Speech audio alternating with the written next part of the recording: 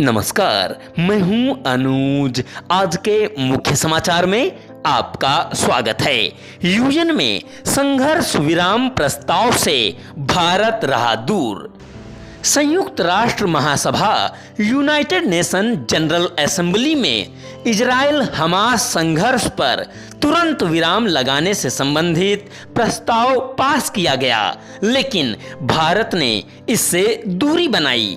इसकी बड़ी वजह रही हमास की ओर से 7 अक्टूबर को इजराइल पर किए गए आतंकी हमले की स्पष्ट रूप से निंदा नहीं किया जाना।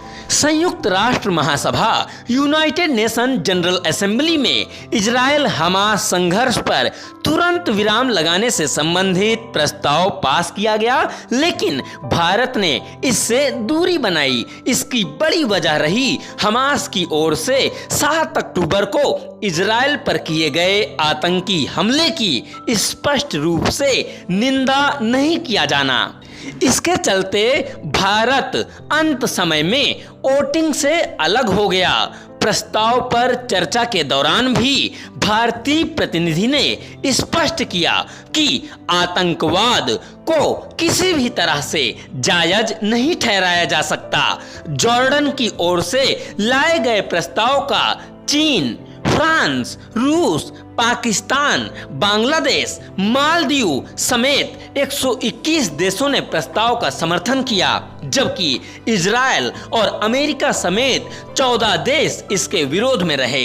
वहीं भारत समेत 44 देशों ने वोटिंग में हिस्सा नहीं लिया। जॉर्डन की ओर से लाए गए प्रस्ताव का चीन, फ्रांस, रूस, पाकिस्तान, बांग्लादेश, मालदीव समेत 121 देशों ने प्रस्ताव का समर्थन किया, जबकि इजराइल और अमेरिका समेत 14 देश इसके विरोध में रहे। वहीं भारत समेत 44 देशों ने वोटिंग में हिस्सा नहीं लिया।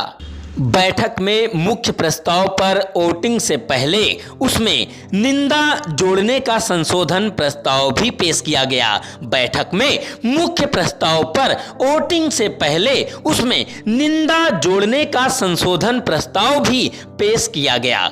भारत समेत 88 देशों ने इसके पक्ष में मतदान किया, लेकिन संशोधन प्रस्ताव 2/3 वोट नहीं मिलने की वजह से पास नहीं हो सका।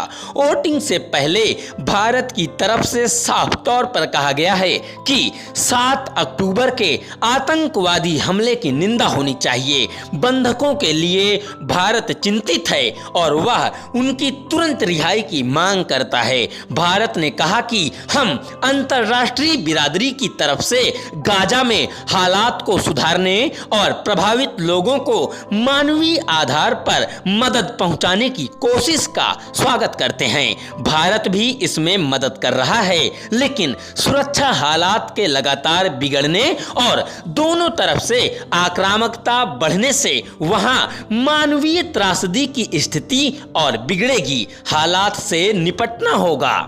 प्रधानमंत्री नरेंद्र मोदी ने मिस्र के राष्ट्रपति से की चर्चा।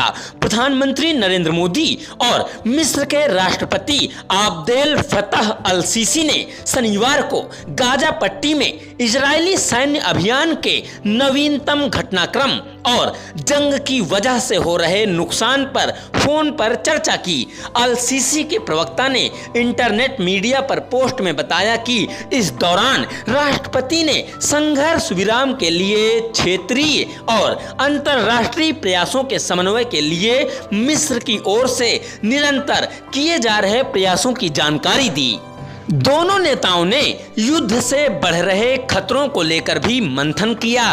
पश्चिम एशिया में छाए संकट पर इससे पूर्व मोदी इजराइल, फलस्तीन और जॉर्डन के नेताओं से बात कर चुके हैं।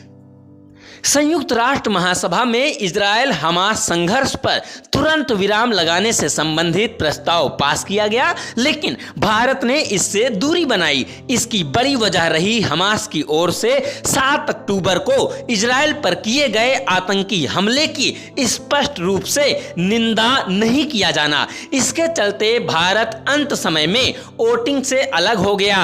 प्रस्ताव पर चर्चा के दौरान भी भारतीय प्रतिनिधि ने स्पष्ट किया कि आतंकवाद को किसी भी तरह से जायज नहीं ठहराया जा सकता। जॉर्डन की ओर से लाए गए प्रस्ताव का चीन, फ्रांस, रूस, पाकिस्तान, बांग्लादेश, मालदीव समेत 121 देशों ने प्रस्ताव का समर्थन किया, जबकि इजराइल और अमेरिका समेत 14 देश इसके विरोध में रहे। वहीं भारत समेत 44 देशों ने वोटिंग में हिस्सा नहीं लिया। बैठक में मुख्य प्रस्ताव पर वोटिंग से पहले उसमें निंदा जोड़ने का संशोधन प्रस्ताव भी पेश किया गया। भारत समेत 88 देशों ने इसके पक्ष में मतदान किया, लेकिन संशोधन प्रस्ताव 2/3 वोट नहीं मिलने की वजह से पास नहीं हो सका।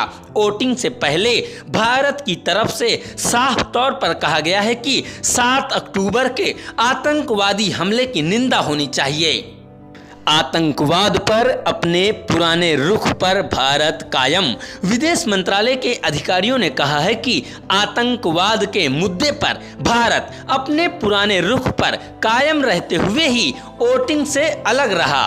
खास तौर पर पारित प्रस्ताव में हमास आतंकियों की ओर से इजराइल पर किए गए आतंकी हमले की स्पष्ट निंदा नहीं की गई थी। प्रस्ताव की भाषा भारत की नीति के अनुरूप नहीं थी। सूत्रों ने कहा कि भारत 7 अक्टूबर के हमले की कड़ी निंदा करता है और बंदी बनाए गए सभी नागरिकों की सुरक्षित रिहाई की अपील करता है। साथ ही गाजा में जारी विध्वंस से जो बर्बादी हो रही है वह भी काफी चिंताजनक है।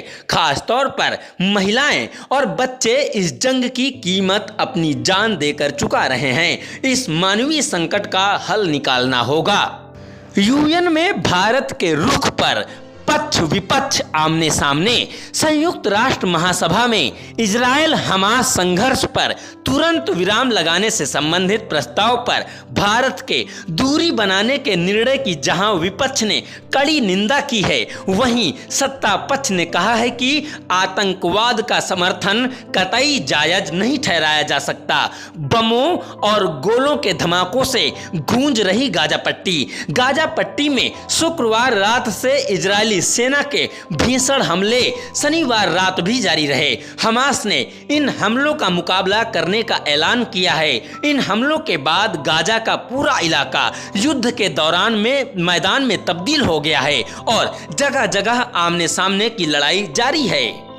121 देशों, जिनमें चीन, फ्रांस, रूस व पाकिस्तान आदि शामिल थे, इन्होंने प्रस्ताव के पक्ष में वोट किया। 14 देश ऐसे रहे जिन्होंने विरोध में वोट डाला। भारत समेत 44 देश मतदान से दूर रहे। प्रस्ताव पर चर्चा के दौरान भारतीय प्रतिनिधि बोले, आतंकवाद को कतई जायज नहीं ठहराया जा सकता। संशोधन प्रस्ताव के पक्ष में भारत समेत 88 देशों ने किया मतदान। 2/3 वोट न मिलने से नहीं हो पाया पास। बहुत बहुत धन्यवाद।